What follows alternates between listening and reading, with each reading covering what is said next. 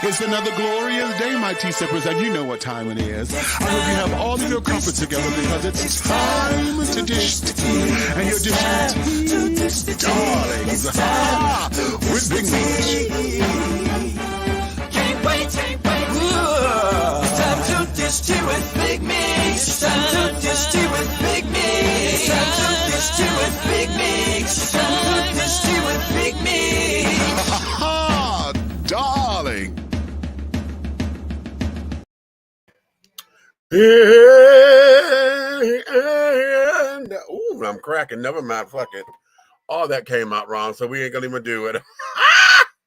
Okay, wait a minute. Let me give me some better light. I thought I had my light right, but I've been trying to do a couple of things and a couple of things and a couple of things. Is that a little better?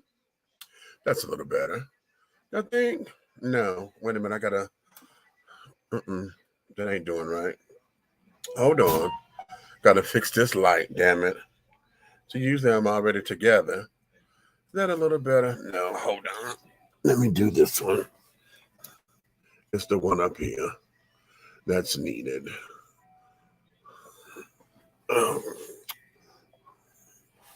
There we go. Okay, that's much better. Hello. Okay, we faked it out. What's going on to all of my tea sippers, my crumpet dunkers, my tea brewers, my pot stirrers, and my tea leaf readers, honey? What's your tea, darling? And I hope you have all of your crumpets together because, darlings, you know what time it is, honey. It's time to dish tea, and you are dishing tea, darlings, with Big Meat. What's happening? I was supposed to be putting on the shirt. I said, fuck it, I don't feel it, right? Never mind. So we get a little t-shirt today. I hate when they call these wife beaters. I hate that term, but that's a policeman's term, of course. And I asked them, I said, why y'all calling that? They said, because usually when they go on calls about spousal abuse, this is what they have on. So they call them wife beaters. Okay.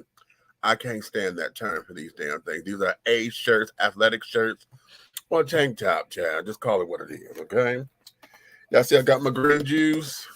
Just put it in a little cocktail glass, honey, okay? So that's going to be that, honey. I don't know how long the show is going to be today because depends on how y'all going to talk to me today, okay? We got some things going on in the world, and one of the big things that I want to talk about is this whole purge thing. And that's, in fact, that's what I labeled today's show. Are we living in the days of the purge? Okay. Now let's understand something. Hi, Charles. How are you, darling? Let's talk about what all that's supposed to mean. Okay. And we talk about the days and the time of the purge because of the movie. Y'all remember the movie, The Purge, where it was a whole big thing that society, was trying to get their houses and stuff together. And during the daytime hours, honey, everything was cute. Everything was everything. But the world had a curfew. And at that curfew hour, darling, the city was up for grabs. I think it was 12 hours, whatever that was. Whenever that time was, they had until 6 o'clock in the morning, in order, before everything stopped and carried on and the laws were reactivated or whatever the case may be. And what I found to be rather interesting about that movie was how the people in the movie, they became jealous of each other because of the security systems and this, that, and the other. Everybody, they hit their targets that way. Those who were trying to take folks out and this, that, and the other, they were trying to hit the targets. And one of the things that I found fascinating about that movie was the fact that all the black folks in there, honey, it was like if the black folks were out caught it late at night or whatever, they were killed and this, that, and the other. There was nothing anybody can do about it, right? Because it was the purge. And usually, normally, and most of the time, the whole idea of the purge was supposed to be to get rid of undesirables. Okay, that was the time of the day that they were getting rid of all the undesirables of the community and things, right? Interesting. Well, now we are here facing this whole thing that Chicago, Illinois, the state of Illinois have adopted, but Chicago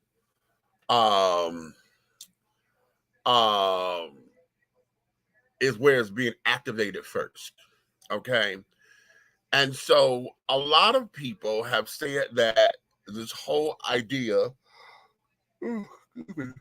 didn't mean that, the whole idea of the no bail, no cash bail idea, is going to enact this whole purge thing, right? And that the world is going to hell in the handbasket, and oh my God, they're going to be letting folks out who crime, and you can't lock folks up and this, that, and the other, blase and blase spleen. But let's get into that. Now, first, what I'm gonna do is I'm going to bring up an article that I read. This is from travelnoir.com. I'm going to bring the article up, but wait a minute. I'm supposed to be uploading this video. Y'all know, excuse me, I am horrible with with making sure that I got the damn uploads in here at the right time and things, right? I do this shit all the time, thinking that I had already put the clip in here, but now I got to go searching for the damn thing, right? Oh, this is one I wanted to talk about too. I forgot about this one. What I just wanted to talk about a couple of things so that we can have a vantage point, And so now while I'm looking for this particular video, it was a TikTok video, and there was a woman who explained what was going on with the so-called purge law, okay, and etc. Is this it? I think I just found it. I think I found it.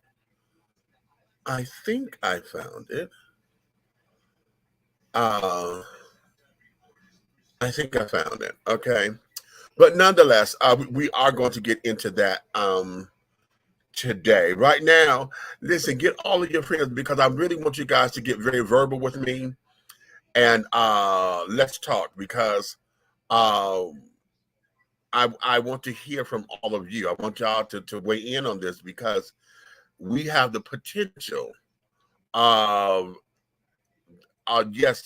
Illinois has done it first, but y'all know anytime laws get passed or whatever, it becomes a copycat. And once it becomes a copycat, then other states and stuff within the union will start to adopt these particular policies and carry it on, and then we end up in a whirlwind of things. Okay.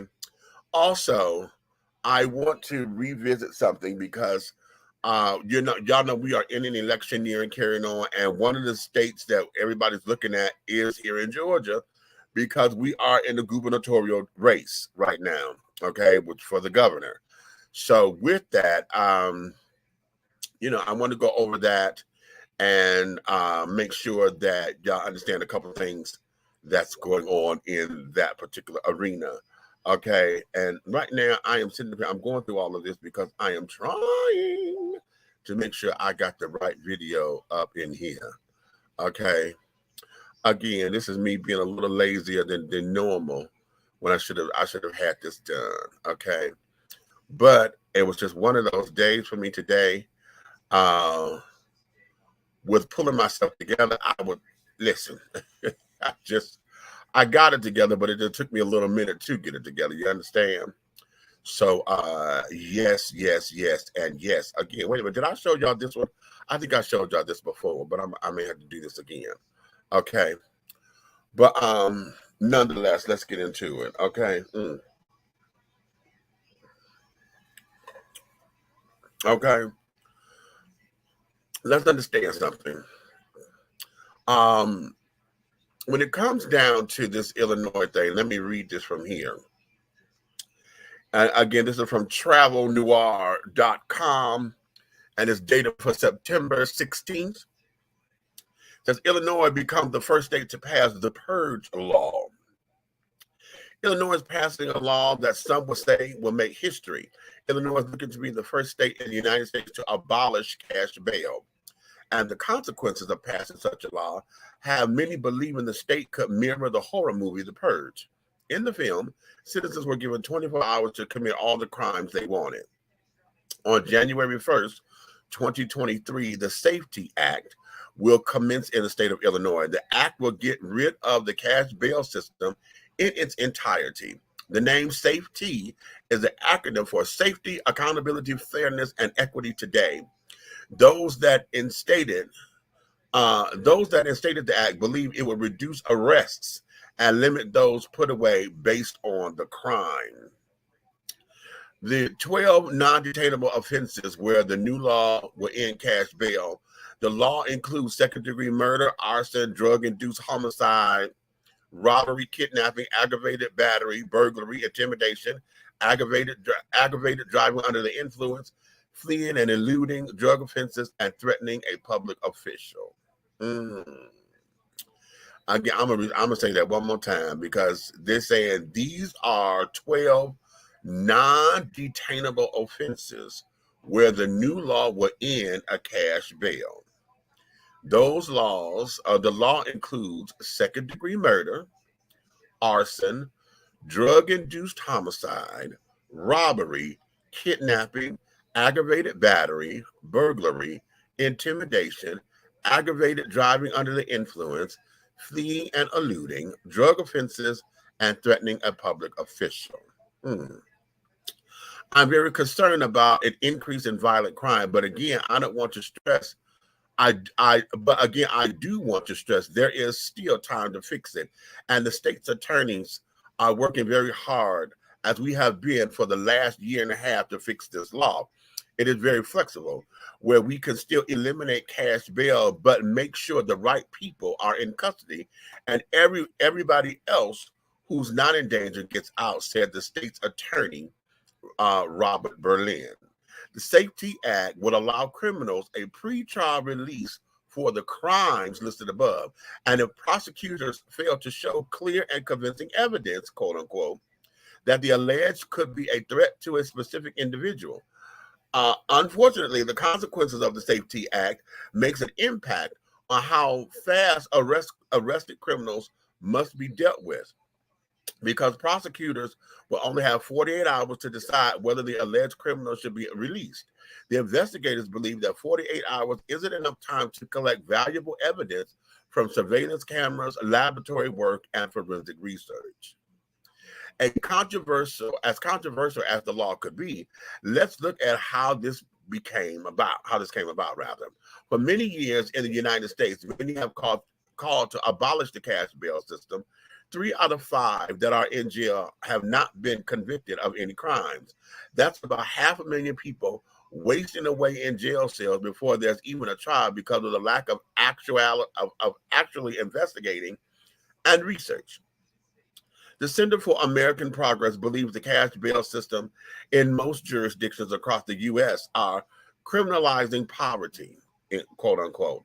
Most in detention can't afford the bail and spend weeks to even months awaiting trial. This system mostly affects communities of color who already have the odds stacked against them across the country.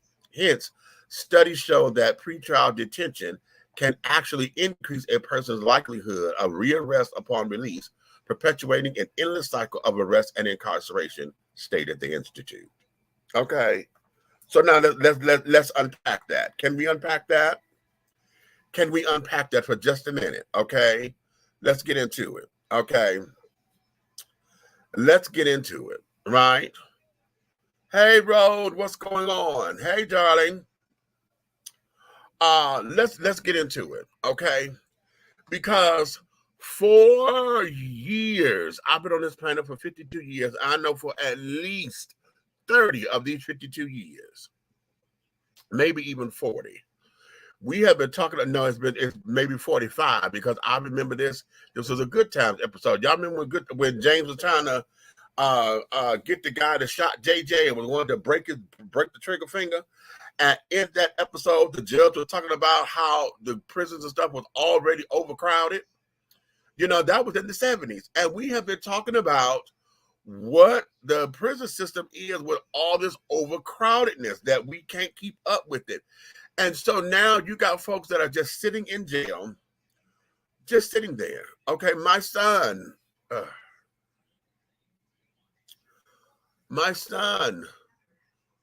was in the county jail for 2 years before they killed him. And I'm saying they killed him, damn it. I'm saying they killed him. That's just how I feel. They didn't get my baby to the hospital in time. But he sat there waiting to go to trial, to be proven innocent. Okay, he sat there, okay, in the county jail.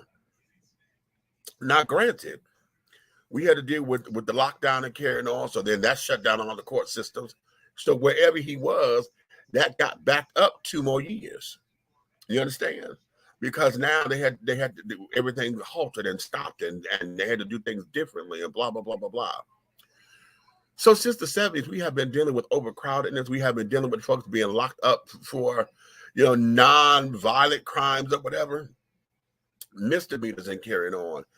Folks have been, a disproportionate amount of children have been locked up for jaywalking, and because they got the stacking charges on them, it became a thing. So now you jaywalking. I know for a lot of kids, you jaywalking, you a truant. And just little shit. Okay, I remember that one time, y'all know, in a lot of states they have spitting on the ground as a crime because it's considered to be a health issue, right? And I remember one time I heard an officer tell that to somebody. He was locking him up and got to stacking on shit and said that when you spit on the ground and that's against the law. I heard an officer, he didn't charge nobody this, but I heard an officer say that in Michigan, I know in Michigan, I don't know how this is across the country, but there was a law on the Michigan books that a man wasn't supposed to use profane language in front of women. And he had said that to a guy because I remember that. I was 15, 16 or something. And he had said that, you better be like, I don't lock you up for using all that kind of language. And you see, we got women out here. And I was flabbergasted, right? So when we have a lot of all of this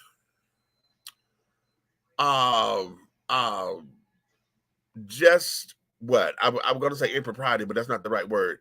When we just have this unlawfulness, folks just trying to, you claiming that you're doing your job and want to change the law and change the system and do this and do that. And, you want to lock them up. Everybody always talking about lock them up and throw away the key, lock them up and throw away the key. But yet we do not emphasize what all of this means. We do not look at, okay, yeah, we have a legal system. Those who don't have money for lawyers are carrying on, they got to deal with public defenders. Well, if the public defender, honey, is backed up in cases, then what? Because now you got to wait.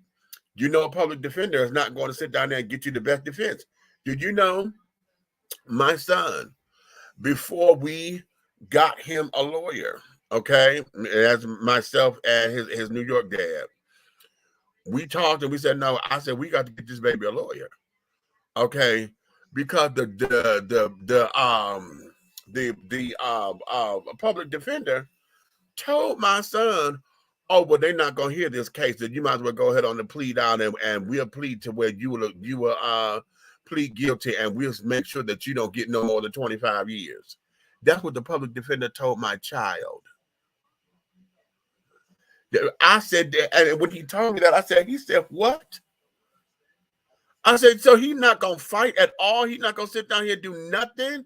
He just told you to cop a plea so he can be done. And yeah, he's going to get motherfucking paid. For real? So now you're talking about those kinds of instances in a court system to where everything is lined up for folks that don't have money to be incarcerated, to be in the system. And we already talked about how prisons nowadays are becoming very privatized now. You know, they get the 13th Amendment already told us that slavery was abolished unless you become a prisoner. If you get arrested and carried on, you are no longer a free citizen. Under the 13th Amendment of the Constitution, that there is, you still considered to be a slave. How about that? Okay. So now you talking about why so many black folks in the jail system and carrying on. Well, they designed it that way. They designed it that way, darling. Okay. And so now we're talking about, okay, possibly, well, they're going to, Illinois is eliminating the cash bail system. But I know it's not just black and white the way they're making it sound. You understand? There has to be something up in here that they're not reporting till we understand this fully. That's why I'm trying to find this video with old girl from the internet. Oh, please say I got the damn clip. I hope this is the right The leasing one. office let him in with my house key. No, that's not it. That's something else. That's another story. Damn it, I got to find this damn thing because girlfriend broke this down so beautifully, honey. It's crazy. And I said, damn, this here is where this is. But nonetheless, we need to look at this because we can't have it both ways. We can't sit down and say that, you know, we need to do something about the prison system. You know, we got too many folks going to jail. We got too many folks that's overcrowded. You know, folks are stuffed in these damn systems and carrying on. I mean, here in Georgia, the Fulton County prison system, hell, they had problems with the lock. They had learned how to, they learned how to manipulate the lock to where they fucked up the locks on the gates, on the bars. The prisoners was able to get out and run amok and carry it on, you know? And so that became an issue. That was maybe about, what, 3, 4, 5 years ago, I think it was, you know, that they were talking about, oh my God, you know, they have a problem because the folks are not keeping them locked up because they can't. Prisons was too old or whatever, and it was a whole big old mess. So now, when we're talking about this particular law, you know, what are we really scared of? Huh? Everybody telling us, oh, crime is going to increase. How did no? I don't think it's going to increase. I think what has happened is you guys just, you know, it's going to trickle into neighborhoods that are not usually crime ridden. You know what I'm saying? I mean, here in Atlanta, one of our inner city suburbs, honey, Buckhead. Y'all know Whitney Houston used to live in Buckhead, right? Well, Buckhead is trying to now defect from Atlanta. They want to have their own city now, because the crime up there, oh my God, crime has gotten so out of control and this, that, and the other. Well, y'all the one that got all the damn resources, supposedly, right? But because crime is hitting in these areas where the kids who got money, you know, are being affected. Mariah Carey's house just got hit. Okay, here, where is she? She's up in Marietta or Alpharetta, one of the damn areas, honey. You know, she has a house in one of the affluent neighborhoods here in Carolina. Her house got hit. Okay. So now the kids are like, oh, but crime is just out of control. As long as it was in the inner cities and carried on, and you felt that you could walk away from this and roll away and carry it on, and you left it for us to deal with, it was okay. But when we kept saying that, okay, we got to do something about these prison systems and whatever happened to the rehabilitation, where's the reform in it? Okay, there is no reform in it. What they teach a lot of these kids how to do is the recidivism rate. Okay, the turnaround. Because if you're not teaching them how to survive on the outside, child, by the time their term is up and it's time to come back out, you know, there's nothing there in place. You know, you want them to go on probation, you want them to go get jobs and carry on, but they got a record. Why is it that everybody's prison record have to follow them like that and prevent them from getting jobs? Why is it that folks can't have a past? See, that's one thing about business that I've been wanting to find out about. You know, and I say it depends on the job. If I'm going for a cashier's position or working at a bank or somewhere where I'm going to be around cash, and I did go to jail for embezzlement or burglary and carried on, and you want to look at that, okay, that's something because I'm dealing directly with your coin, and that's what my crime was. But if that wasn't my crime, honey, then why is that an issue? You know, it could have been something petty. If my crime was, okay, I got caught with what less than an ounce of weed on me or whatever, or it was a speeding ticket, you know, or better yet, those who get a domestic violence count on you know, on their record or whatever, folks don't want to deal with them. Talking about some, oh, but you can't handle that. That ain't got nothing to do with you, and you don't even know the situation at hand. Okay, but a lot of companies, you know, we've given a lot of companies all this leeway, and so when prisoners come out, you know, if they can't get into the workforce and are not compliant with their probation, then they go back to jail. So what are we putting in place? So now you have all these folks who are in there with nonviolent crimes or whatever. You know, you under arrest because you didn't show up because you missed your traffic, you know, your traffic court. So they put a bench warrant out for you. So now you got to go spend 3 days in jail or whatever.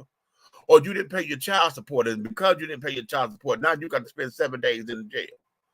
But because of those 7 days, that's enough to where an employer can say, oh, no, you have a criminal record. We don't deal with you. You see? So it's set up this way. So now we have all of that to contend with. In addition to, if I go down, okay, if I go down and I don't have the money to bond out and wait for trial on the outside, and that's if y'all allow me bond, and then don't set the damn shit to where it's astronomical. Because there are folks like with my son, his bond was set at $100,000. Okay, 10% of that is $10,000. So we would have had to put up $10,000 for him to get out. $10,000, and then catch the tea. That money don't come back if you don't win the case. That money don't go back. So y'all putting up money, people putting up their houses and carrying on, and they don't get the coin back. Really? So who has that kind of money just to give away to a system that you've had to railroad me into anyway? Can we talk about it? Y'all awfully quiet up in here. Y'all are so quiet. Y'all are so quiet. Hey, Princess. The Princess Leia is up in here. Okay. I think some crimes shouldn't be included in this.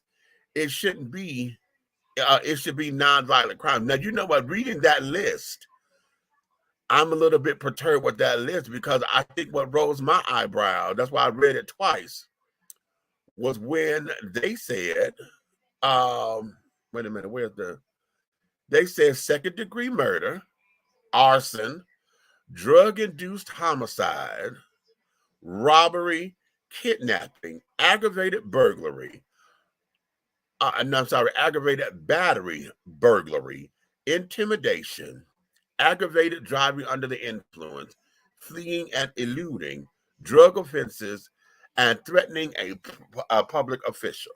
Okay? Now, there's only maybe like 3 or 4 of these on here that I consider to be non-detainable offenses. Threatening a public official, if it wasn't no damn terroristic threat, you know, when they tell me I'm going to blow you up, I'm going to kill you people, you know, all that. If it wasn't one of those, then hell, because I'm sitting up here mad and carrying on, saying I'm going to beat your ass, you stupid motherfucker, and all that, you pig. And if it's that, no, that doesn't need to be detainable. Drug offenses, now that there, I have a question mark on that. Because if it's a non-violent crime because you got caught with a little cocaine on you, a little whatever, that shouldn't be on that damn list. Okay, because now, okay, you may consider me to be a horrible person or whatever, but that wasn't no violent crime. I spent my money. Okay, you may not like the fact that I get high or whatever, but I spent my money. You know what I'm saying? That I'm speaking on behalf of them because I don't do drugs or anything like that. Fleeing and eluding. Okay, question mark on that one. I could see why they put that on there, because a lot of that fleeing and eluding shit, a lot of that is ego driven. Okay, if I'm chasing you and carrying on, and you got me having to go to my asthma pump because I'm damn near out of breath, and carrying on because you made me run after your big ass, and we get to talking and things, honey, then yeah, you know, that's ego driven. So if I bond out or whatever, and then that's dependent on the crime. If you running away from the scene, honey, because you just killed somebody, hell no. Your ass don't know. You need to be on the bond. Hell, you need to be, sit down and wait, because you are under arrest for murder. You see? Okay. Aggravated driving under the influence. And that there, to me, anything that's aggravated under the influence says that you have committed a crime. You either hit somebody, left the scene of it, you hit a car or whatever and drove off and left the scene. If it's aggravated under the influence, darling, that means that there was some kind of aggression there. Okay, to where it could have escalated to more. That sounds like it's a secondary charge. You see what remember I was saying how they stack shit on? That's a secondary charge to something bigger. Intimidation. No. Okay, no. But again, that's a secondary charge. If I feel like you intimidated me to pull this trigger, or you intimidated me by saying you're gonna kill my family if I don't do X, Y, and Z, okay, then okay, here we go. But if it's just flat out intimidation for rape and this, that, and the other, I'm on the fence with that, because okay, you can bond out.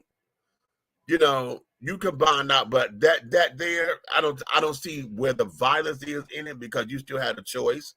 So it could be intimidation. Those are just words. Burglary. Okay.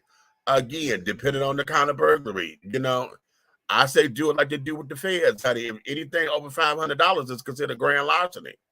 Okay. So if you done set up and broke into a bank or stole somebody's credit cards and a max amount, and you got all their thousands and thousands of dollars, if you did like Pose and them did and broke into the museum and stole the clothes so that you could walk a ball or whatever, honey, then your ass need to go down. Okay? No. Now, should you be able to bond out or say that you don't have a bond for that? Now, that one, that could be debatable. Aggravated battery. Hell no. That means you fighting. Aggravated battery means that, hell, you just sit down there and going for blood.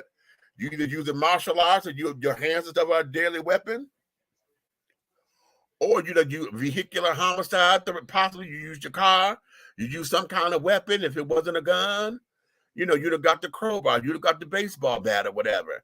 Okay, and did damage. That's aggravated battery, child. Okay, no. Okay, that means that your temper is there, so you need to bond out. Okay, kidnapping. Okay, that one there, I'm on the fence with that one, as far as if that needs to be on there, because that's not necessarily a violent crime, but then again, it can be. If you sit up there and abducted somebody or whatever, and then depending on whether or not you were going to take your kids, and you're supposed to drop your kids off and you kept going, or whatever the case may be. Again, now they got robbery, they got burglary, then they got robbery. Now, burglary, I'm thinking that they're saying that that's when you break into somebody's home or whatever. Robbery, I believe, is how they say when you go up on somebody and steal from their person. I believe that's how they're going to separate those two. Robbery, most of the time, honey, that is aggravated. Most of the time, when somebody come up on you to rob you, whatever, they done branded some kind of weapon or something. And again, that's intimidation. See there? See how the charges stack? See, these charges, this shit stacks. So, because like I'm just saying about the intimidation factor, unless you say it was under this and this, see, so these charges are stacking. Drug-induced homicide, period. Wait a minute. Homicide, period, do not need to be on this fucking list of saying that you don't bond out. But you talking about drug-induced homicide?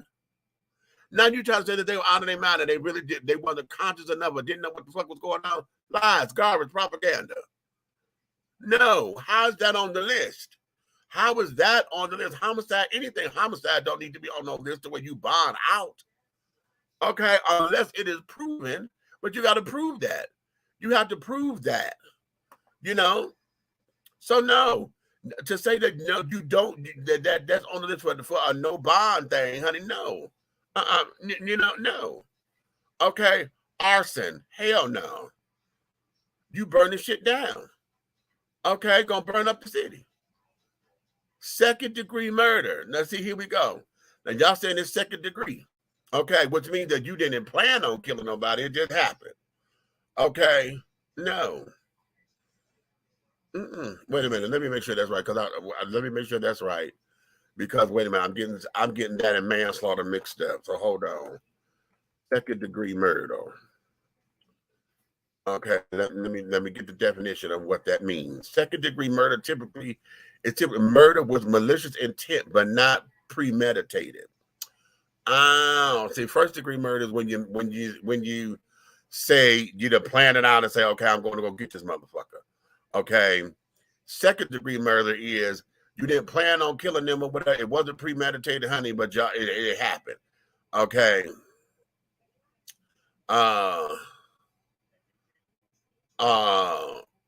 The mensra of the defendant is intent to kill, intent to inflict serious harm, or an act with an abandoned heart. Okay, example, reckless conduct, lacking concern for human life, or having a high risk of death. Okay. So, yeah. Okay. No. Okay. So basically, a lot of times, exactly. I totally agree, Princess. Any crime, she says, any crime involving violence should not be given a pass. That puts too many lives in danger, especially the youth and the elderly. I totally agree. Anything that has that's violently done. Okay, no. Okay. Just got here, heard about the law they're passing up there.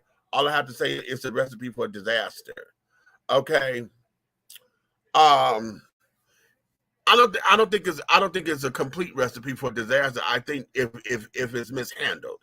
See, again, if you're going to put this in place, then that means that we got to go through this and do this the right way.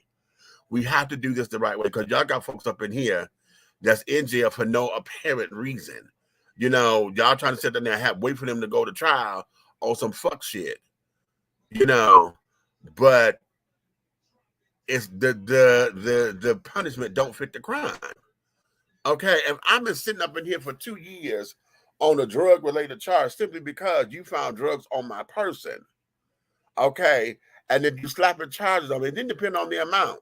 Because if it was less than an ounce of weed or whatever, but because at the time when it was illegal, and it still is in certain states, but when it was completely illegal and you found an ounce of weed or whatever, and you found illegal substances on me, and yeah, I'm in the court system waiting to go to trial for you to tell me I was guilty. Okay, there's no harm there. Now that's a different thing if you got 16 kilos, because now that is drug possession with intent to sell and distribute. You see, so now that takes the stakes up. But again, I don't think that they should not be able to bond out. It's a non-violent crime. Okay, you just got espionage, so you got illegal drugs. That's a non-violent crime. Why am I sitting up in here in jail? When you're harboring killers and murderers and domestic violence folks, okay, who are absolutely just they are violent folk, which means you put my health at risk, you put my safety in jeopardy, so why is that? I'm having a problem with this. And then for those who keep saying that this is the purge, let me get y'all take on that. Because why is it that we're so hung up on the purge in this particular episode? Because I'm gonna tell you, see, y'all didn't call it the purge when we had what's the name of the city where the children went marching, the Klan, the white nationalists, the white separatists, and the Aryan Nation and all the children. Charlottesville. Okay, when they came together in Charlottesville and did they little pro-white march and the Trumponians, because all of them supported Trump, you know, and basically it was almost a Trump rally, you know, in some regards. When they came together, nobody called that, you know, and said that anything about that, you know, they didn't call that out. Okay, they did not call that out. And I found it to be very interesting, very, very interesting. Okay. Oh, excuse me. I find that to be very interesting. So now, as we're looking at this law, okay, as we're looking at this law, what does that mean for you? How is it that you think do you think it has any benefit at all? What benefits do you think it had? I'm trying to find this video. Damn, I'm trying to find this video. And I download so much shit, a lot of shit I done downloaded is smut. So I'm trying to not to post the smut up in here because it's suggested. No, it ain't suggested. It's absolute triple X. So I can't put that up in here because it will get flagged. I get kicked off of everything, child. So I'm trying to make sure I do not flash y'all, especially because most of it is all of it is as alphabet children. I know many of y'all, honey, y'all can't take me talking about it, but to actually witness it, honey, y'all lose your damn minds. Okay. So, oh my God, today I'm keep yawning and carrying on, honey. But yeah, so what are your thoughts on that, honey? Y'all get with me. Tell me what we're doing. Tell me what we're doing. Tell me what we're doing. Okay. Tell me what we're doing, honey. And I don't see this damn thing, honey. I'm so trying to, and I know I downloaded it, child. Let me look at my downloads. Because I downloaded it strictly to bring it here. Okay. To bring it here. And now it is amongst all this shit. And I got to get it because I need for y'all to see this. Because like I said, girlfriend breaks this down so deliciously to where I like her points. And her points will help to shape this thing. Okay. Ooh, excuse me. Okay, her points will help to shape this thing and let us talk about it in the way that we need to. Okay. In the meantime and in between time, honey, like I say, yeah, see, I'm glad I didn't. This is smut. See, this is smut. I kept looking at the video. I'm like, okay, what is this? And that's not what it is, Chad. That one ain't the thing. Okay, that one ain't the thing. Wait a minute. Let me do this. Let me do extra large icon so that way I can absolutely see. You know, because I'm looking at the small. I have the small thumbnails up. So if I put them up into the extra large ones, then that way I can look and see exactly what I have. Right. Okay. But yeah. Wait a minute. Y'all put your comments up there. Hold on. I'm coming, y'all. I'm trying to get this damn thing here because I know I downloaded this motherfucker. I just got to figure out where I put it. I got to figure out where I put. Oh, here's something I want y'all to see that I thought was rather interesting. Okay. So I tell you, when I download stuff, I download it in abundance, and then I forget what I had up in here. So now you hear me.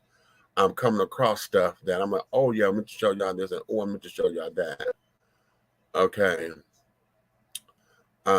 Yes, indeed. Where is she? Where is she? Where is she? Okay. Apparently, I don't have it because I thought she would have been here by now. And I went all the way back up to the top of this thing, and I don't have her. Damn it. Oh my goodness. And I found her on Instagram. But anyway, girlfriend would have broke this down to where it was talking about exactly why it would benefit the community and things of that nature, blah, blah, blah. And basically, she's echoing what a lot of us are saying. You know, we're already overcrowded. We're already, you know, dealing with the fact that marginalized people are the ones who are making up a lot of these places where the kids can't come back from. You know, they're in these particular places, they're in these particular jail cells or whatever, and they just cannot recover because, you know, they're in the systems and they there and they there and they there and they there and they just sit. You know, while those who got the coin end up getting out. Hell, a lot of times y'all seen it on, you know, you hear about it all the time. We see how it plays out in movies and film and stuff because art imitates life. When the kids sit down there and they got money, hell, they don't even spend no time in jail. You know, they gone. You know, they're gone. Okay, just gone. Okay, nobody even knew what the tea was, child. We just knew that they were there, and you know they had the money to bail out or whatever. And, you know, they waited a few little hours and then they were gone. Okay, gone. So now what? Okay, yeah, I'm too far down. These ain't the videos. No. Ooh, have mercy. Okay, I was trying to sit up here and get it, y'all, but apparently I don't have it. Okay. What we got, a lot of these people should just be on house arrest instead of jail. Exactly. Okay, I totally agree. I totally agree. Okay. You laughing at me, Michael? Okay. I would have to read more about the law. I glimpsed at the headlines for the story for a hot minute. Okay, right. And that's why I'm trying to find this video, because in this video, girlfriend breaks this down. And yeah, she does that damn thing, honey. And I am just trying to find that.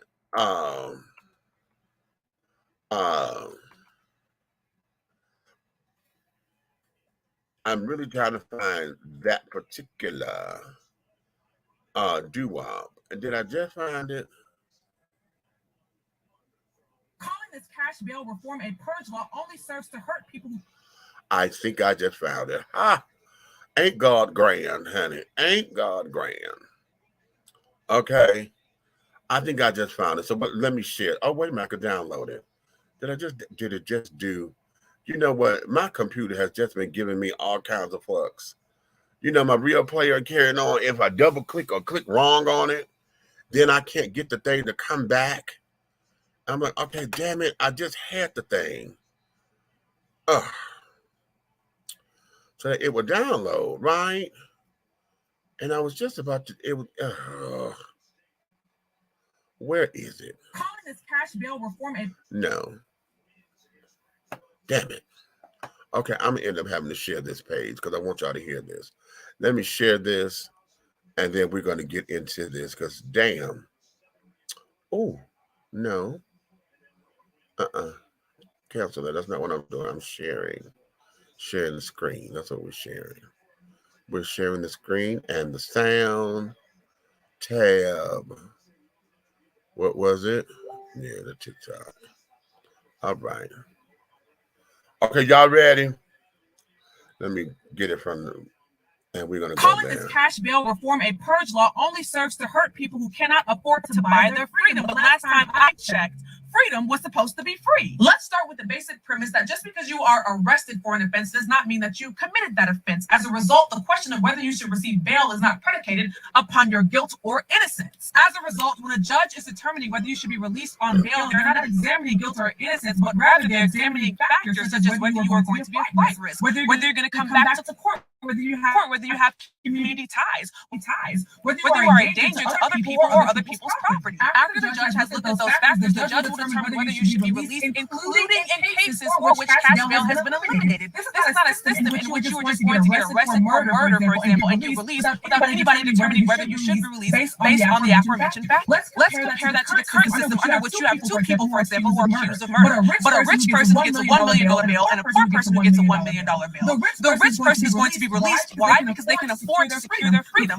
The poor person, however, is going to be kept in jail. So under the current system, wealthy people get released while poor people do not, while being accused with the same offenses. The cash bail system also in turn disproportionately affects Black and brown people, people without resources, people without the same amount of resources as wealthy individuals. So when you all call this a purge law, you are contributing to the detriment of poor people, of Black people, of brown people, of communities of color. So the next time that you are about to engage in this rhetoric, I urge you, reconsider.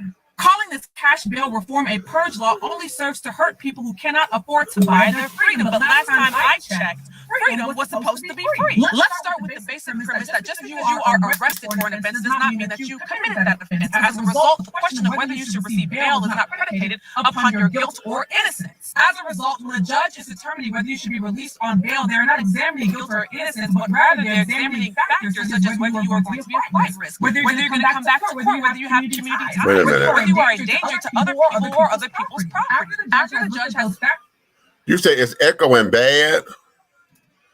Y'all didn't hear none of that? You didn't hear none of it? It echoed that badly?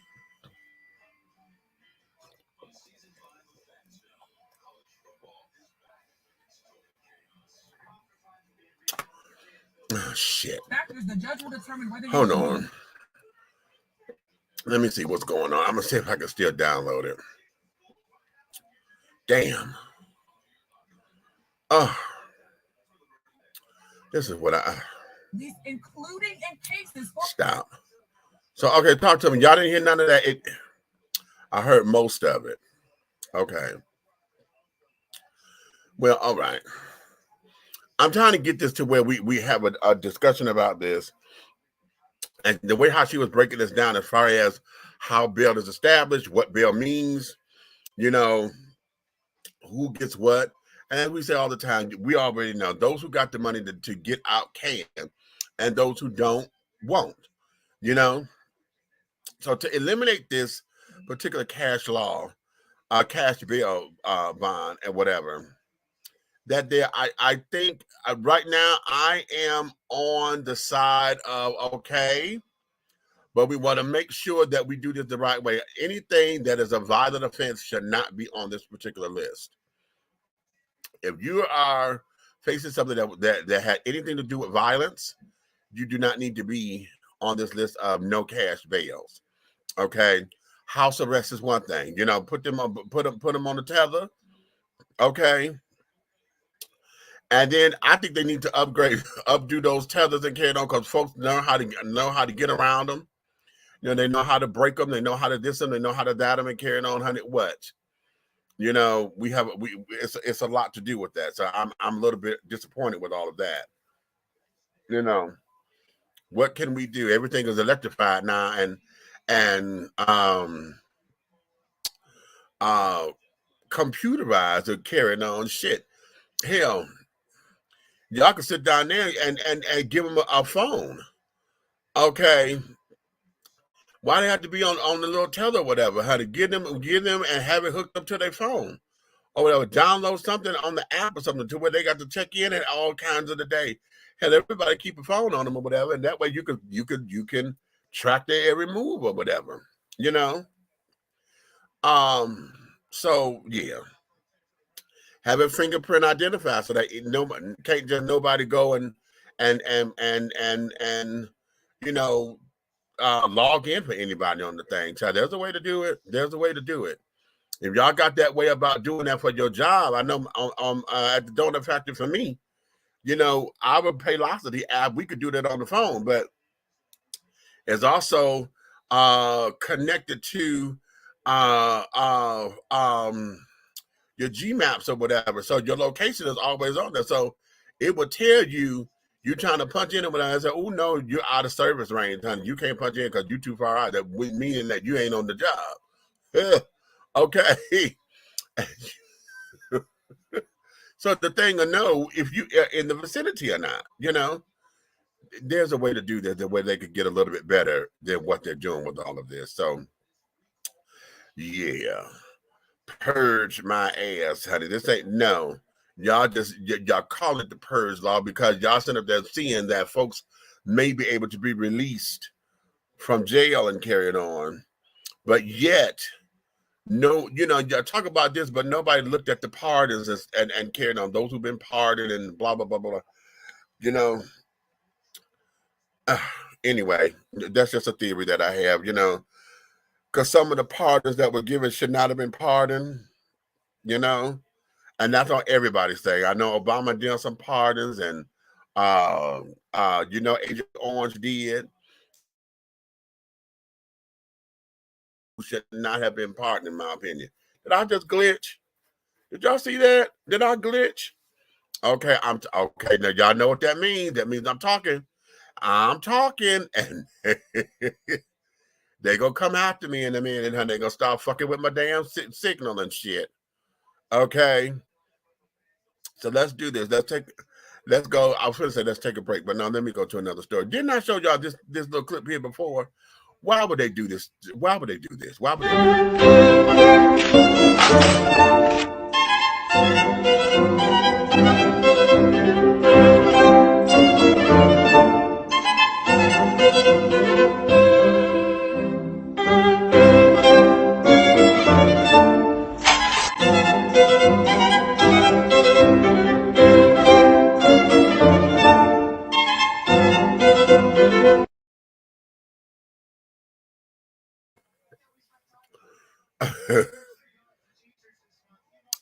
I like the idea of it, but at the same time, why would y'all do that? Huh? Why would y'all do that? In this day and age, child. Okay, because it's disguised, so it's concealed, but it's not concealed. You know what I'm saying? There's a way to get around a lot of that. I'm just, I don't know. I'm torn with that one. It's cute. You know, the whole idea of it being a purse or whatever, that's lovely, right? You can sit down there and be sickening and cute with it. But at the same time, I'm just having issues with all of that because I'm like, in the day and age that we're living in now, shit like that, those who got little guns with cigarette lighters and carrying on, that's metal. You know, and I'm looking at how we are falsely accused of shit like that. You go pulling that damn thing out. Don't nobody know what the hell that is, if it's real or not. Hell, it could be a small little 22, these little cat, you know, it doesn't look like a cigarette lighter. So why would you sit down there and make a gun lighter? You know, a butane lighter. That doesn't make sense. I just don't understand it. So that particular piece there, I don't know. I have issues with that. And yeah. Okay. Hold on, y'all. What is this? We are here outside the Ark Encounter in Kentucky. Behind me is a life-size replica of the Ark that Noah himself built. Put one pair of each set of animals on Earth inside, including dinosaurs, we learned today. Let's check it out. Noah, did you bring dinosaurs? I think you mean the creatures some people call dragons. Dinosaurs are land animals. Of course they came onto the Ark. Of course. Yes, Father? It's time to open grain store number 17 for the dragons. I'm sure they're getting hungry. That's awesome. So you did bring them. I was wondering that myself. Yeah, my son said he probably brought juvenile. Probably brought what? Juvenile dinosaurs? This is what you'd have to do if you're going to eventually breed them.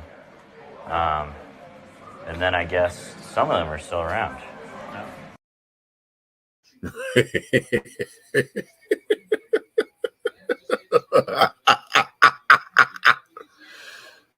Okay.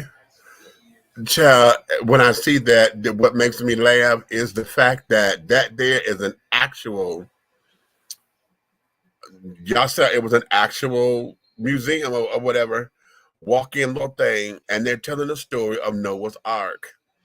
And they absolutely say that Noah bought dinosaurs. Noah bought dinosaurs on the ark. Would y'all believe that? Would you? Do you? Is it possible? Anything is possible. We wasn't there. Okay, we wasn't there. We don't have no footprint of it. Nothing that was documented necessarily to say exactly what came 2 by 2 and this, that, and the other. Wow. Okay. Wow. And wow again. All right. Let's have some fun with this. I need to get light with y'all for a second. Okay, let's do this one. Ursula. Yes, honey, it's me, Ursula. Ursula, I want to walk. Don't mind the boxes, honey. I'm moving to a different sea where I can be an octave. Ursula, Ursula, I want to walk on the land. Oh, like a swimming. You know your daddy Triton doesn't like me. I think it's because I'm an octopus. It's very racist. Want to be? Looky here, baby, wanna be on top? Wanna walk with the get you ain't got? Yeah. My name Ursula, name got a ring, baby. If you want it all you gotta do is sing.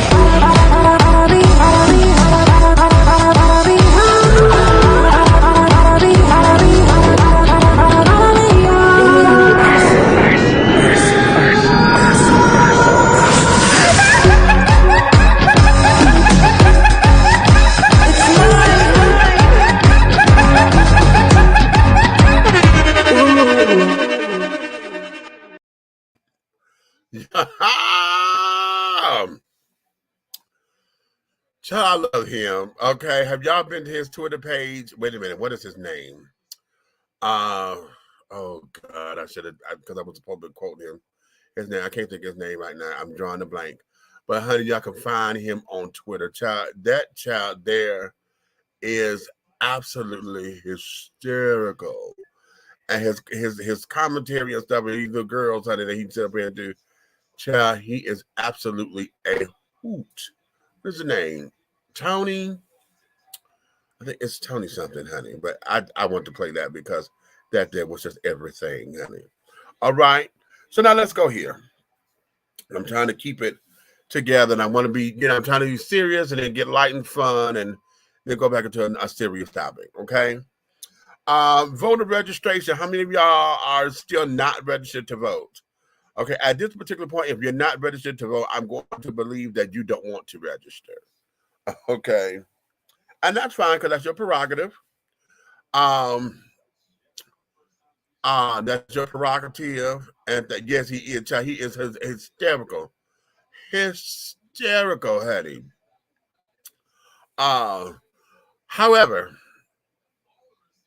I don't want to take the obvious route that everybody always do with folks like that when they say, well, if you don't vote, you ain't got none. I don't want to hear you complain about this and da. But one of the things that I will say is this, and we always hear folks say, oh my God, our ancestors died for your right to vote. No, they died for our right to choose as well. Me not wanting to use my vote is my vote. Okay. And we have to accept that from people. We can't keep trying to browbeat people into doing something that they don't want to do, and don't want to necessarily live up to. You know what I'm saying? Especially if the political system they don't agree with, they don't understand it. A lot of folks have a lot of religious reasons why they won't vote. Those who have religious reasons, I really believe, are truly children who believe in separation of church and state. At the same time, I think that a lot of folks hide behind religion, and say that, to vote on this and that and the other, they vote that way or don't vote that way because they don't know which way to vote. They don't want to be accountable for nothing like that. You know what I'm saying? So that there is that. But I said all that to say, pretty soon, I think The last day to register to vote to qualify for any of the upcoming elections and this November's election, I believe the last day is October 11th. Okay, but don't wait to October 11th to say, "Oh, I got to go register to vote." Don't wait to October 11th to find out if your registration is still valid. Remember, you have to stay on top of everything because they're constantly changing the laws. They're trying to do this. A lot of folks don't believe that the system is all about trying to put in place some kind of voter suppression. Folks don't believe that. They just sit up there saying, no, you want to stay in suppression because you haven't been out to vote. And that's not necessarily true. Because everything here, if it's not voter suppression, then why is it that you've removed certain voting blocks from the issue? You can't say they wasn't used. They said, okay, we're going to take this one, and we're going to take this one, we're going to take this voter spot. Everybody got to go here. Okay, in the name of, okay, we're trying to solidify the vote. Huh? No, I just cooked.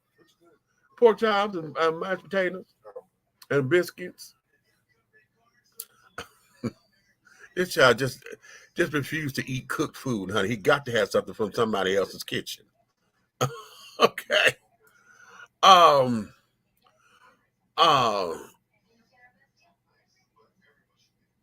We have got to make sure that everything is in play.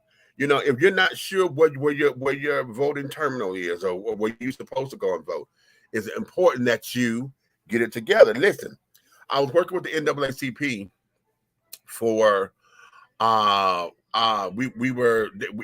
was a runoff vote, and at one particular point where they had us, okay, they were able to vote there, but when it came for the runoff election, that wasn't the place that they had to vote. They had to go vote somewhere else.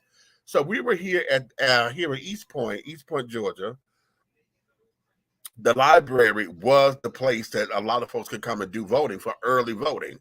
Well, after early voting, they couldn't vote there anymore. They changed the location. So folks had to go and find out where it was they were supposed to vote.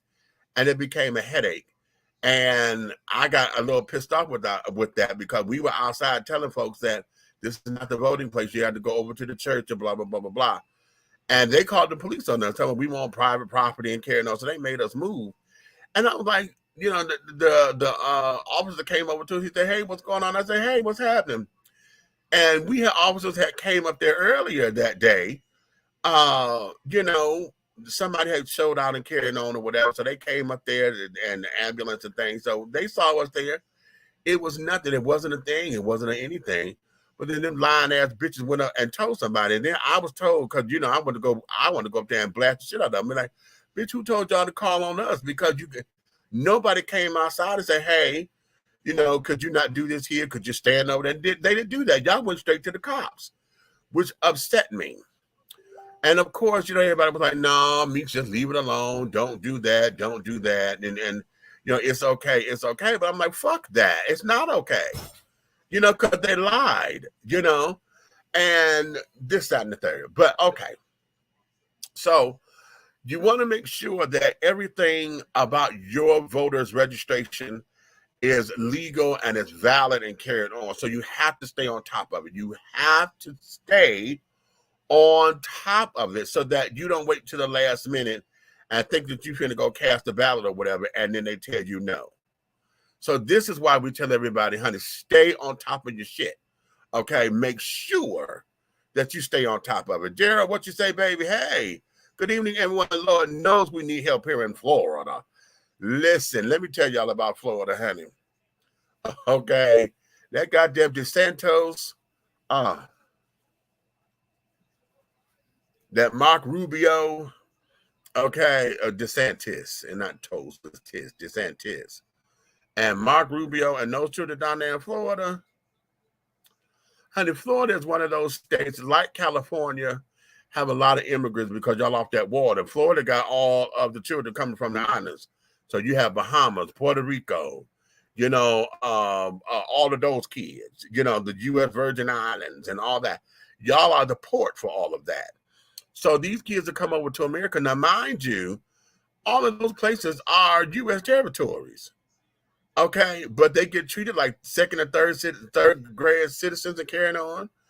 And right, you know, but they are considered to be Americans because that's American territory.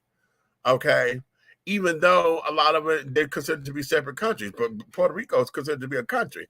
Bahamas is considered to be another country. You know, but it's the U.S. territory. Okay. Having said all that, we have to really get together and make sure that all of your shit is in order. If you don't know, go ask somebody. Go and ask the officials. Go to your government's website. Y'all got all kinds of Google and carrying on. Now, you can Google sex. You can Google housewives reunions and carrying on. You can Google all that shit.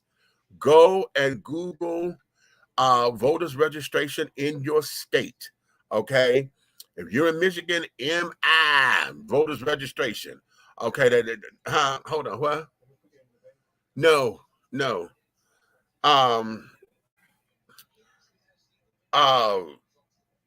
Go there, whatever that is, so that you can make sure that all of your information is correct. Okay, so that you don't have to wait and get to the polls and then be turned around. Now, I said all that to say this because y'all know we're in a gubernatorial race here in Georgia, honey. Brian Kemp is up against Stacey Abrams once again. Now, it's hard to believe that 4 years have already passed, okay, but it did because I met both of them in Savannah when I was on the Business and Industrial Development Authority Board for the city of College Park. And that was my first year going to the state conference for economic development. And they were both there running their campaigns. And I sat through both of them.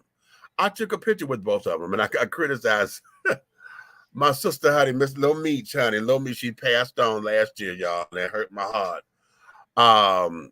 She called me. She said, "If you don't get that Republican off your time now, I'm going to come and beat your ass." And I said, "What? Get that Republican down off of your page." And I said, "Girl," oh, she criticized me, so I ended up taking it down. But I did meet him, and I met Stacey, okay? And just in mind listening to both of them, okay? And they wasn't side by side. They came at separate times. You know, they had it. I got so mad at Brian Kemp's campaign because what he kept telling everybody was he kept referring everybody to the website. Oh, well, we have a plan, and if you go to my website, you can see thoroughly. I'm like, but you here. Talk to us. You right here, man. Tell us what the shit is. And he wouldn't. He kept deferring to his website. Stacey was sitting up here. She said, "Okay, listen, we got a plan and we can do this on my website. You will see that I have a plan. And in the plan, we go dot. And she went down the plan. This child sat up there and just said, "No, go to there." It explained everything. It was quiet. So a lot of the questions that they asked him were cut and dry statements or whatever, but then he kept deferring everybody to his website. So that was a turnoff for me. Right? I was like, but you right here and don't want to talk to anybody. And now we ain't gonna use that. And what got me was the amount of black folks that ran up to him. Okay. And this is where I was like, okay, wait a minute. Let me see what this is. Because those who ran up to him, a lot of them were, business owners and carrying on. And I'm starting to believe, especially because I was telling you about the movie Uncle Tom and Uncle Tom 2. A lot of so-called black conservatives are usually those who are business owners and have that entrepreneur spirit. And they're ones who believe that the Republican Party is going to, that's just to catch me out. But they are so partisan to where they believe the party is doing it and not their own merits. Because they believe, okay, you pick yourself up by your bootstraps. I work hard and blah, blah, blah. Everybody believes in that. Okay, well, let me say the most part. You got that handful of folk who believe that everything's supposed to be a subsidy and some kind of program or whatever. But everybody believes in working hard and carrying on. But it just behooved me because I'm like, well, what did he say? What did he say that made you run to this man? You know, and the shit damn near knocked me over trying to get over to him to shake his hand and blah, blah, blah. I waited because I just wanted the photo op so I could say I met him before he became governor, because at that time he was still Secretary of State. This year, honey, this particular election term, honey, it's a whole different ball game. Now, I'm going to play a clip from the last debate that they had during the last run. I mean, during the last campaign, because they're scheduled to do 2 debates this year. Okay, and I'm waiting on that because I know she's going to desecrate him. Okay, and here, take a look at them like she did here. My question is, why are you encouraging people to break the law for you in this election? Mr. Kemp, you are very aware that I know the laws of Georgia when it comes to voting. In fact, I am one of the foremost experts in the state on expansion of voting rights. And I have never in my life asked for anyone who is not legally eligible to vote to be able to cast a ballot. What I've asked for is that you allow those who are legally eligible to vote to allow them to cast their ballots. And in fact, we took you to court in 2016, and a federal judge said that you illegally canceled 34,000 registrations. You use the exact same system, the exact match system that is under dispute right now. Now, I realize that in the next response, you're going to say that it's a function of my organization because your tendency is to blame everyone else for the mistakes that you make. My responsibility as a leader is to see a problem and try to solve it. When I saw that we had 800,000 unregistered people of color in the state of Georgia, I started an organization that has reached into every county and increased those registrations. When I saw that people were being unlawfully denied the right to vote, I worked to make certain that we held you accountable. And as the next governor of Georgia, I will continue to do my job to make certain that every legally eligible vote that gets cast gets counted. Ms. Abrams, thank you. Hey. Did y'all like that? Didn't she just she tore his ass up, a new asshole. And here's where the question is. The question is, do you believe that the debates make a difference? Huh? Do you believe that the debates make a difference? Personally, I don't think that they do anymore. I used to believe that they did, but I don't believe that they do anymore because the folks have, by the time they get to the debates, folks have already made up their mind for the most part who they're voting for. And so the debates just add to the fodder. You know, it gives talking points. It gives all the people, podcasters, you know, opinionated shows or whatever. It gives everybody fodder to talk about. Give them something to say, hey, you know, oh, didn't like I'm talking about, she let him have it and blah, blah, blah. But I don't think that the true voters absolutely benefit from it because we don't see it reflecting in the vote. You know what I'm saying? Those who claim to be undecided or whatever, it doesn't reflect there. It doesn't necessarily push anybody over the. I just think that the debates are just pomp and circumstance at this particular point. You know, now Herschel Walker, former football great, and Raphael Warnock, here they're both running for the Senate seat, right? Herschel is challenging Raphael for the seat.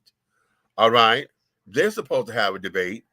Herschel agreed, but he want a copy of he want a copy of the questions or whatever, or the topics and carrying on. Just prepare. If you are looking at the way the commercials are being run about the campaign, that's gonna tell you what's happening. That's gonna tell you what's being said. What's gonna be asked of you? Explain your record here. How come this? How come that? You should know what to expect from a debate. But I don't know. What do y'all think? Do y'all think that the debates give any kind of credence to the election, or are they just pomp and circumstance because that's what we're supposed to do? It's just like raising all this money. I said this a few shows ago. I don't understand why an election costs so fucking much to run. I'm looking at this Val Dilmer, who I adore. You know, I'm on, however, I'm on the, you know, I get all these text messages. Could you donate to the campaign? Donate to the campaign. And then you do a one-time donation, but yet they still send the shit out. Oh, we didn't, you know, we're trying to make our monthly quota and we need 10 more thousand and we're trying to reach 1.2 billion, a million. I'm like, didn't y'all just say that last month? And you didn't reach your quota this month? And so what, is it $1 million every fucking month? And we doing this for what, a year, 2 years that you're campaigning? Why does an election cost so fucking much? And then they don't get a chance to write that off on their taxes. That's not a tax write-off. So what are we spending? And y'all know how I say it is literally money going in the trash. Because you send all these little flyers and leaflets out and carrying on. By the time you done flooded everybody's mailbox or whatever, child, that shit is on the ground. It is in the trash because don't nobody read it. And after we read it, what are we supposed to do with it? They got all this colorful, all these pictures and carrying on. They look beautiful. But I'm not putting them in no damn frame or a scrapbook. They're going in the trash. So you can't even recycle it because of the color ink carrying on makes the paper non-recyclable. So now what? You know what?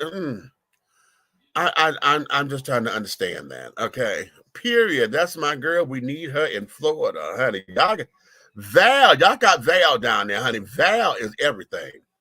Okay. That sister is, yeah, she's spunky. Yeah. She is. Okay. Yes, she is. All right, let's go back to the video clips. Let's see what we got to have a little bit more fun up in here. Oh, I played that one yesterday. I'm gonna replay this. Look at this. The baby's so cute. Baby's so cute. Come on, play it. God has not given us the spirit of fear, but of power, but of love, and a sound mind. I am not afraid. In Jesus' name. In Jesus' name. Amen. Amen. Ain't he just so precious? You could just get a biscuit and stop his little self up, child. Oh, that's just so precious. Oh, that's just so precious. Okay, what's the amen? Okay. Didn't he do that there? The baby did that, honey. The baby did that for me. I was like, oh, look at the precious, honey. Look at the baby. Okay. Now that just did me in, honey. That just did me some in. Oh. Look at this. Okay. Look at this. Still talking about the voting thing. Look at this. Last night, I congratulated Donald Trump and offered to work with him on behalf of our country. I have just called President Obama to congratulate him on his victory. I had the honor of calling Senator Barack Obama to congratulate him. Please. I spoke to President Bush and I offered him and Laura our congratulations on their victory. Now the U.S. Supreme Court has spoken. While I strongly disagree with the court's decision, I accept it. The president is my opponent, not my enemy, and I wish him well and I pledge my support. And America must always come first, so we will get behind this new president and wish him well. This nation faces major challenges ahead, and we must work together. He has won. We are all Americans. He is our president. In bringing about an orderly transition of government in the weeks ahead. I congratulate you on your victory. Congratulations on your victory. We've got a president-elect. He's going to have my help. Cheers. I have no bitterness, no rank or tall. He will have my wholehearted support and yours. The people have rendered their verdict, and I gladly accept it. I urge all Americans to unite behind you, and every good American will wholeheartedly accept the will of the people. I accept the result of the election with complete goodwill. This is an embarrassment to our country. We were getting ready to win this election. Frankly, we did win this election. We did win this election.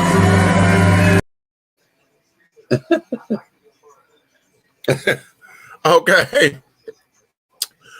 Did y'all see what happened there? Okay. When I came across this, I'm sure this is a documentary because y'all saw the produced by.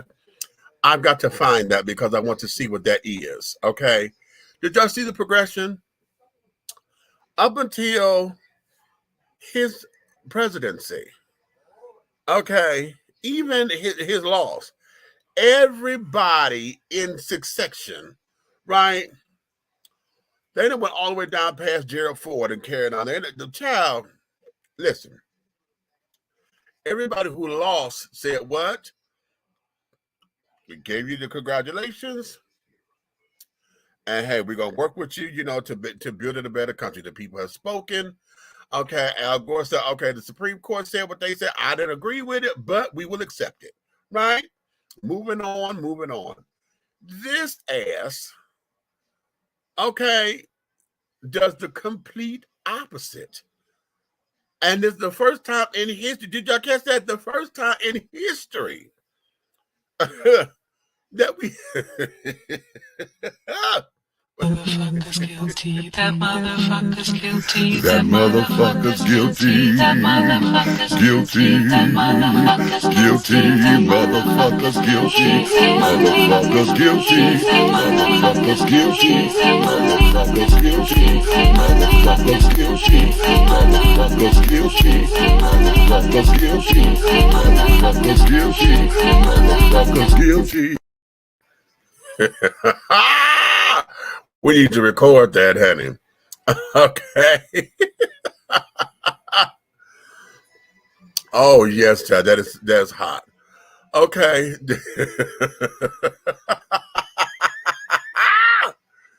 Okay.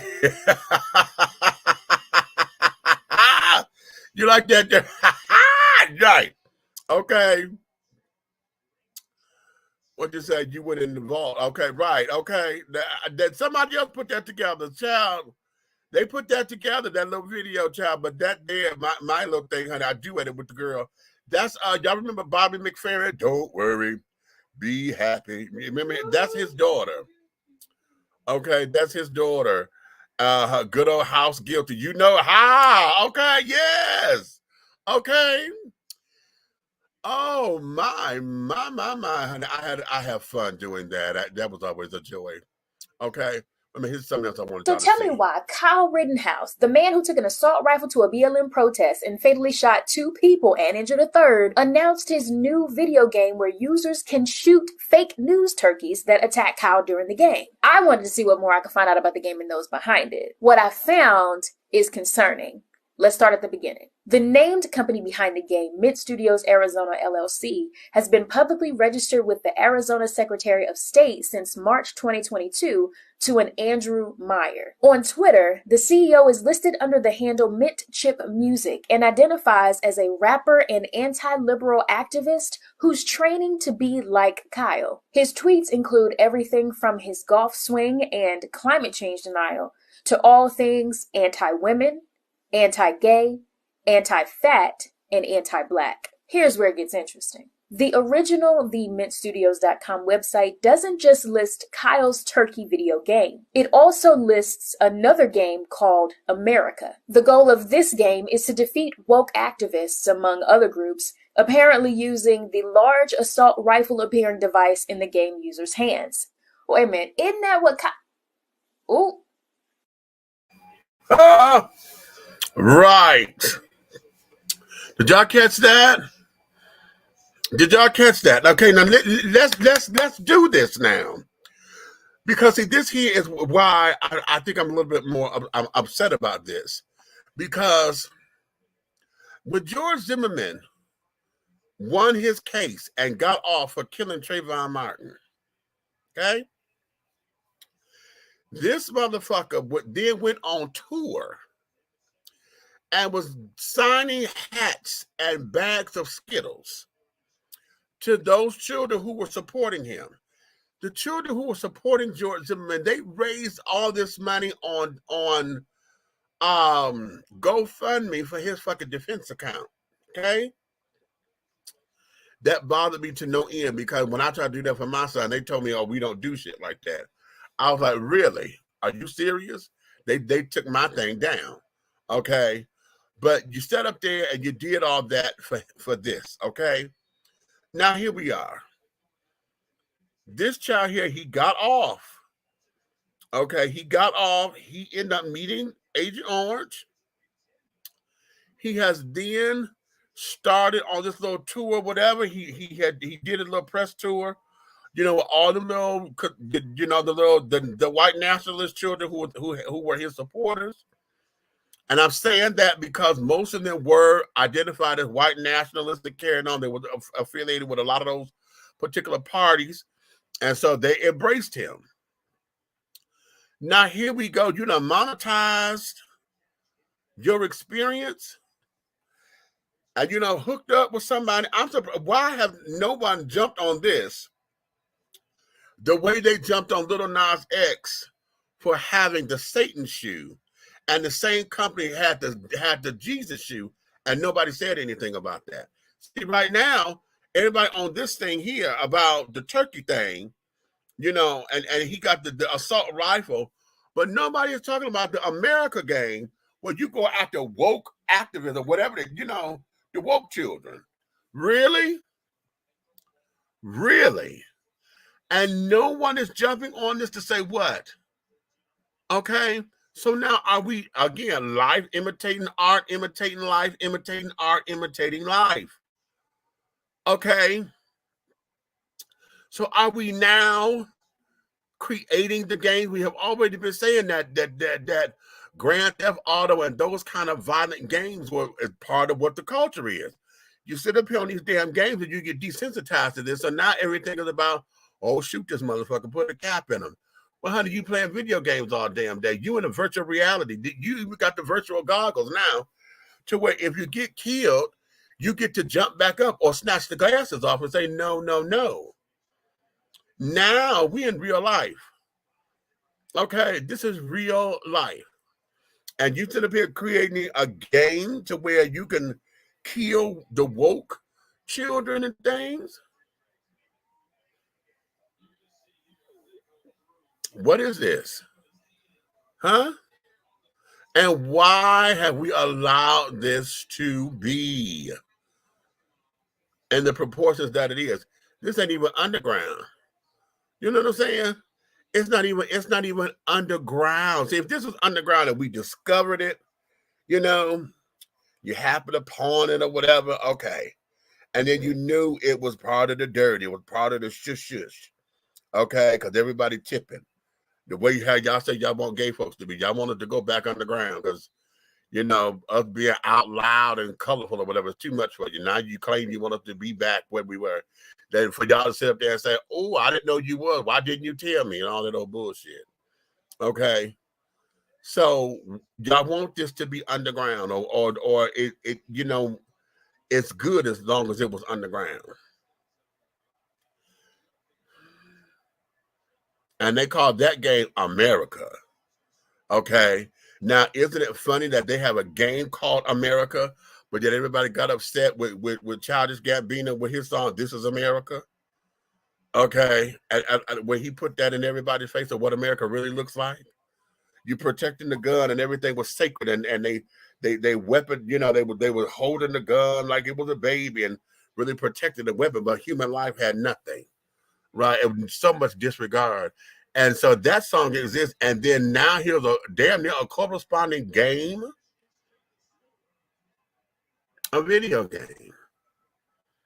Very, very, very, very interesting. So I wish my co-host was up in here because I need for them to speak on this, because I would love to hear their take on this. But I'm in a quandary with all this. The conundrum is, I know it's just a game, but at the same time, this is the first. I would not have heard of this had I not come across this girl's TikTok, or was it where it was on Instagram. Had I not heard her, I would not do it because I'm not a gamer. I don't, that's something I'm not into that particular culture. So those who are, I'm looking for the nerds to sit up there and say, hey, have y'all heard about this? See, this is where everybody in your community, okay, if you're going to be, if you are a part of the comic book community, if you are part of the LGBT, if you're a part of the science world, if you're a part of the geological world, if you're a part of whatever communities that carrying on, and some of us are at an intersection of many of them, because we are multifaceted. We do a lot of different things, and a lot of your hobbies and things of that nature, you become a part of. Well, damn it, if you are a part of it, and this is important to you, I'm sure somebody within the realms of all that would have said, hey, have you heard about this? If you are a gamer, okay, you up on all the PS stations and all this, that, and the other. What's the latest game that everybody up on now? Whatever the latest game is, that's the crave, and everybody just got to have and play and get to the umpteen levels and all that shit. Why haven't the gaming community set up there and made us think about this game? Or do you not care because it's just a game?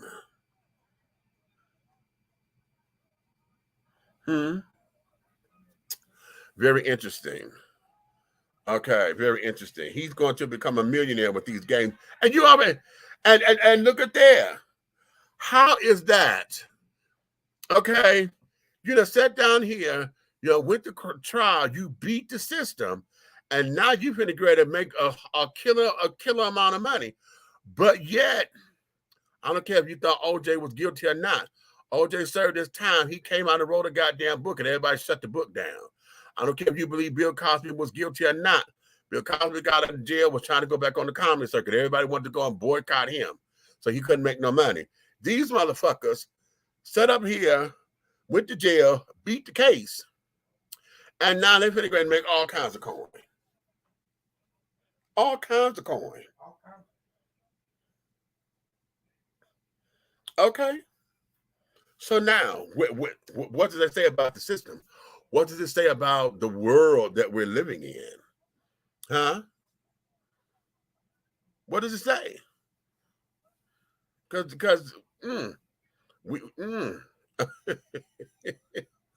okay. I'm just having issues with it. I'm having a lot of issues with that one. Okay, a lot of issues. The leasing office let him in with my house key because he told them he was an officer without any proper identification. He was convinced whoever he was looking for was inside. He then kicked the door down while my 5- and 6-year-old were on the couch alone while I was in the back at work.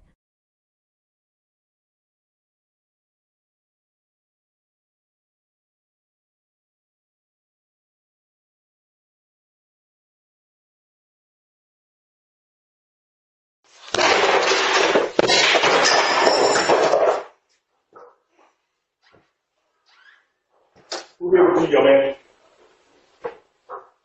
Come to the door. Now, you know your dad's in here. Police is here. Now, listen to me. Man, just knocked on the door, you know it. Have him come. You just kicked her door in? Oh, I got him. That's all right. I got him on my ring camera. I'm going to call the police. The police is right here. They're right here. Now, you want him to come out? Because imagine it's all in here. He can either deal with me or deal with him. Your stay. Okay. I'm going to look. I'm going to look. Well, why didn't you open the door for the police? Because I'm at work. I'm on the phone. Is he here? Yes or no? Okay. You just kicked her damn door in. The police is out there with me. I don't care. Okay. You're not the police, though. You're not the police. You're not the police, though. Let me get to him over here. Please, you should have let them do it.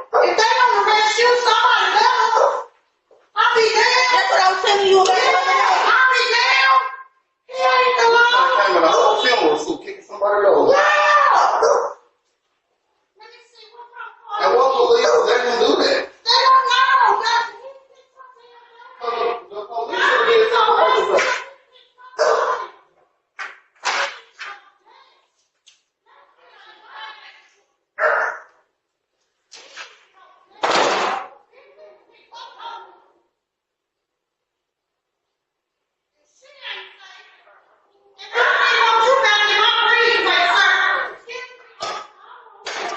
My whole goddamn boat in, like, is you fucking serious right now?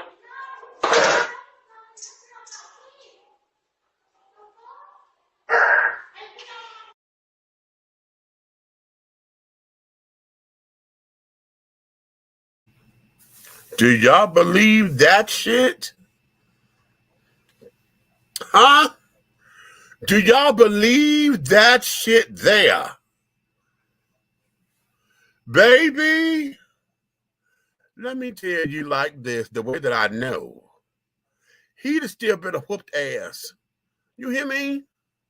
My foot would still be lost in his motherfucking ass. Who? You ain't the police. He's only the building super. Or whatever. You kicked in the motherfucking door? Talking about why didn't you open the door when the police did? Bitch, because. And if they didn't kick the motherfucking door in, who are you? My foot would be lodged in his ass. Okay?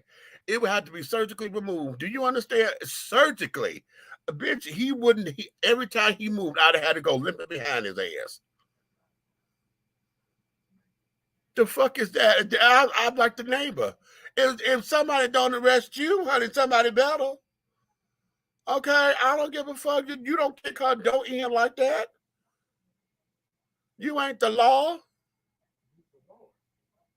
Child. Listen, I had the building engineers again, the maintenance crew. This child set up here and used his pass key to come in my house. Right?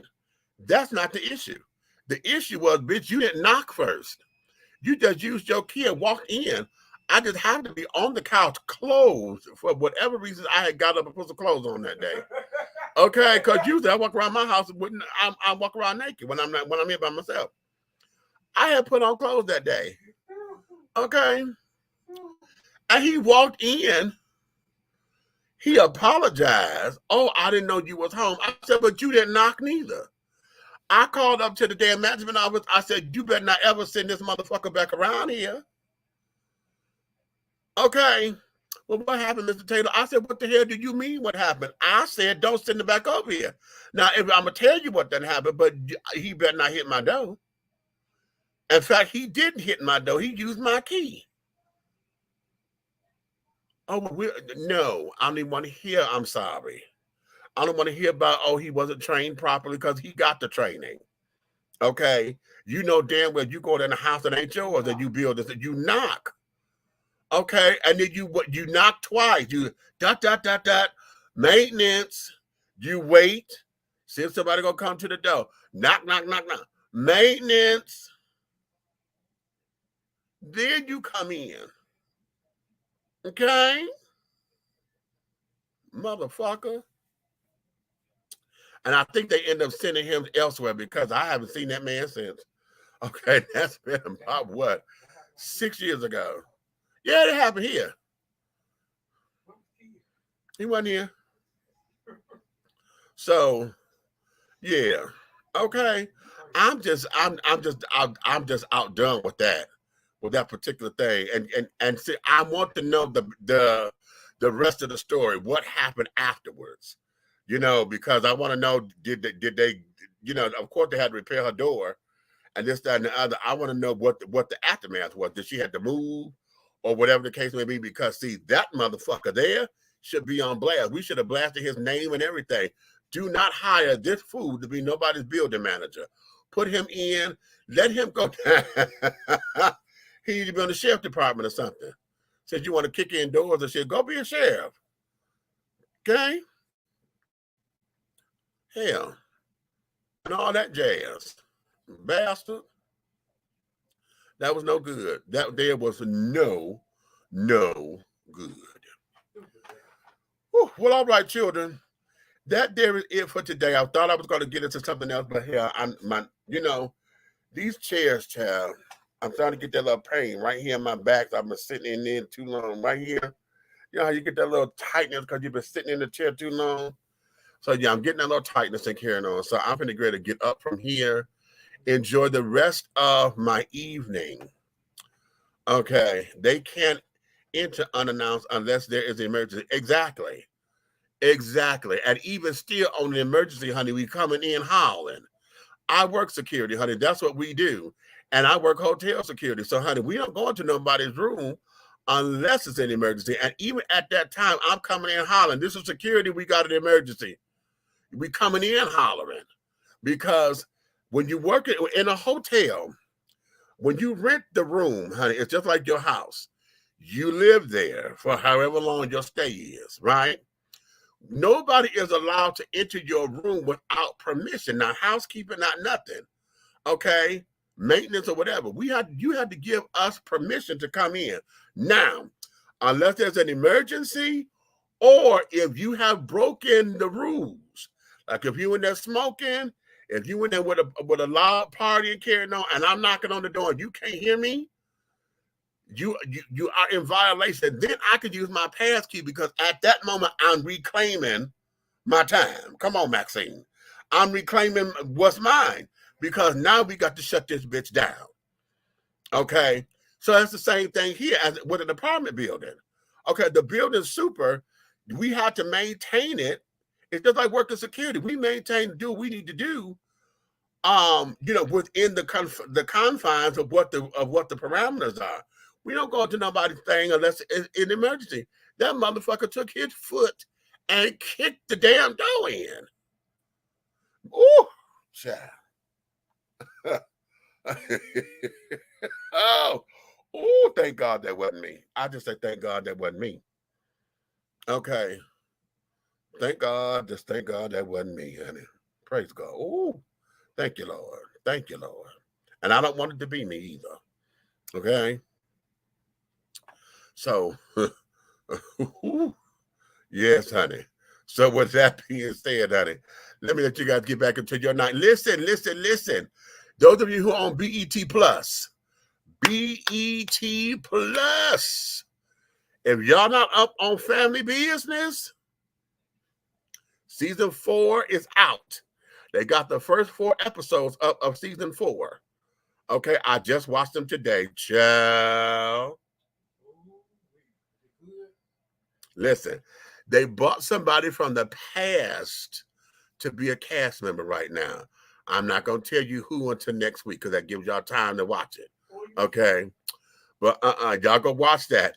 And then, because this is based on the books by Carl Weber, where they did another one of Carl Weber's series called The Black Hamptons.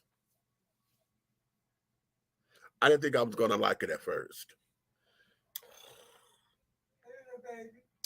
They got 4 episodes of The Black Hamptons up. I want y'all to go and bunch those, okay? Go bunch those. And I want y'all to get into something because in The Black Hamptons, they brought in a character from the Family Business over here to the Black Hamptons. So, so I'm expecting a complete series crossover soon. Okay? So go catch it. If you're not up on Family Business, you need to start with season 1. Come all the way up to date, child. If you're up on it and did not know season 4 is out, season 4 is available. The first 4 episodes are now up. I don't know how they post or whatever, when the new episodes post, so I got to look at how they drop. And then we're going to go from there. But honey, get into it, honey. If y'all like Vanessa Bell Calloway, honey, in Saints and Sinners, y'all gonna love her over here on the Black Hamptons, honey. You understand me? Do you understand what I'm trying to tell you, darling? So on that note, let me get to getting, honey. I got pork chops and mashed potatoes and biscuits waiting on me, honey. Okay. Yes, I fried some chops and I did my mashed potatoes the way I do my mashed potatoes and things. Put a little sour cream. No, not this time. I put a little milk, butter, pepper, some of my little special little spices. And then I put some cream cheese with chives.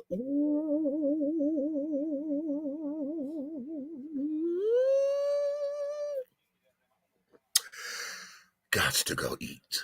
Okay. Gots to go get me a plate. So with that being said, my darling, you may finish all of your crumpets, darlings, because the tea has been dished and you've been dishing tea, darlings. With Big Me, if you love me like you say you do and like you show me that you have, honey, like, subscribe, and share, honey. Get everybody that you know to like, subscribe, and share. All your family, all your friends, honey, your accoutrements, your girlfriends, your boyfriends, honey, your gal pals, your gal Fridays, okay? Like, subscribe, and share. But if you can't stand me, if you hate me, if you think my nose run too much, if you think my nose is too goddamn big, if you think I cuss too much, fuck you, bitch, okay? If you think I cuss too much or whatever the case may be, you could tell all of your motherfucking enemies to like, subscribe, and to share, okay? To come on in and do the damn thing, okay? So with that being said, honey, I want you guys to understand, honey, that everything that we're doing over here at 3 The Hard Way, the syndicate, honey, everything that we're doing in any way, shape, style, form, or fashion will move forward. All right, on behalf of my cohorts, the big guy ally, honey, Big Red, aka Minister Hayes, and Aunt Nikki, honey, I am Big Meech, and you have been dishing tea, darlings. With who? Big Meech, honey. So until the next time, my darlings, until the next time, y'all be good to each other, be good to yourselves, honey. Be good to yourself, child, okay? And the next time that we come back, I do want to get into the discussion of how do you recover when you let yourself down? When you're not doing everything that you're supposed to do for yourself. You're doing everything for everybody else, but you keep letting yourself down. You don't hold on to your own promises. You break your own promises to yourself. What do you do to recover? That's going to be a discussion that we have. And yeah, okay. And we're going to get a little deep on that. So on that note, honey, we'll let you go by saying, woohoo!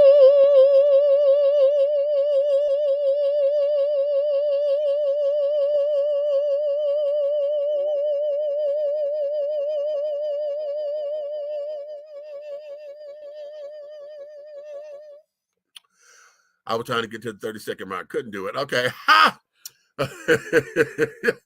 I'm watching my timer, right? So I'm like, okay, good. I started at 15. I said, if I hold it for 15 seconds, that'll be cute. Did it for what? Maybe 10? Whatever it was, child. All right. Scene.